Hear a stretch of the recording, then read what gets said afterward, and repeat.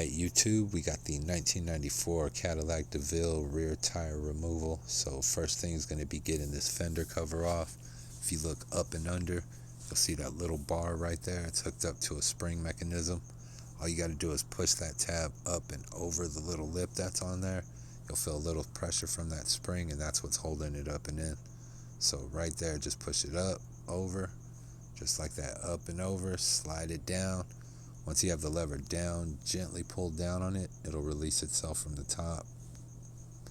Once you get that out, slide it forwards, it'll pop out of this little tab in the back. You'll have that clear. Now grab you a screwdriver or something to pry open this front cover. Put it right in between the metal cover and the metal on the rim, and just pop it forwards gently. You'll see it'll come out of those tabs. Once you have a couple tabs out, you can just reach down with your hand and pop it right off. Just like that. Once you get it off, set that to the side. Get yourself 19 millimeter lug nuts, socket, whatever you're using. Pop that off. Once you get those off, the tire's going to come right out like any other car you were doing. That fender cover does cover it, but once you remove it, you're going to see you have enough space on there to just take it off.